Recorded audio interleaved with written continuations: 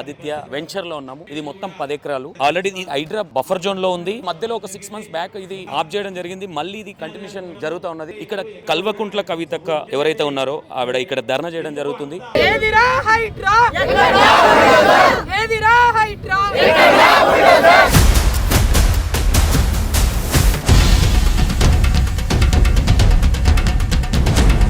ఒకసారి అక్కతో ముఖాముఖి మాట్లాడే ప్రయత్నం కూడా చేద్దాం.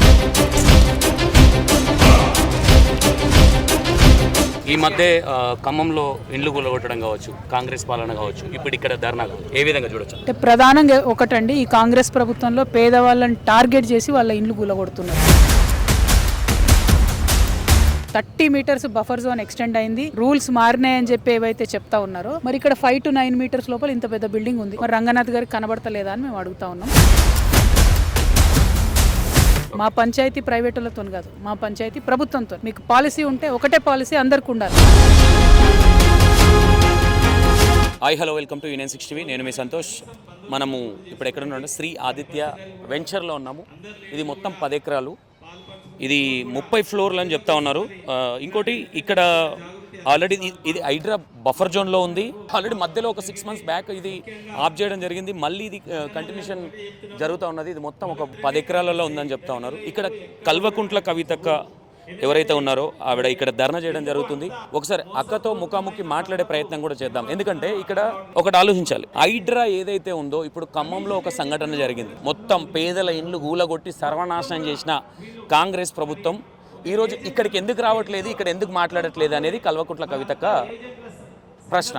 ఇక్కడ ధర్నా చేయడం కూడా అందుకే. హైడ్రా రంగనాథ్ ఎవరైతే ఉన్నారో ఆయన వచ్చేదాకా ఇక్కడ నుంచి మేము వెళ్ళము అనే విధంగా ఇక్కడ ధర్నా చేస్తూ ఉన్నారు. అక్క, ఈ శ్రీ ఆదిత్య వెంచర్ ఏదైతే ఉందో ఇది ఆల్రెడీ ఒక 6 months ఆగడం జరిగింది. మళ్ళీ స్టార్ట్ చేశారు.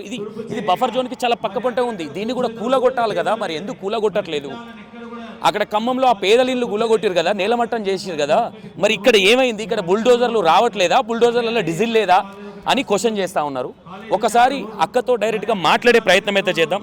ఏ విధంగా చూడొచ్చు ఈ మధ్య ఖమ్మంలో ఇండ్లు కూలగొట్టడం కావచ్చు, కాంగ్రెస్ పాలన కావచ్చు, ఇప్పుడు ఇక్కడ ధర్నా కావచ్చు, ఏ విధంగా చూడొచ్చు? అంటే ప్రధానంగా ఒకటండి, ఈ కాంగ్రెస్ ప్రభుత్వంలో పేదవాళ్ళని టార్గెట్ చేసి వాళ్ళ ఇండ్లు కూలగొడుతున్నారు.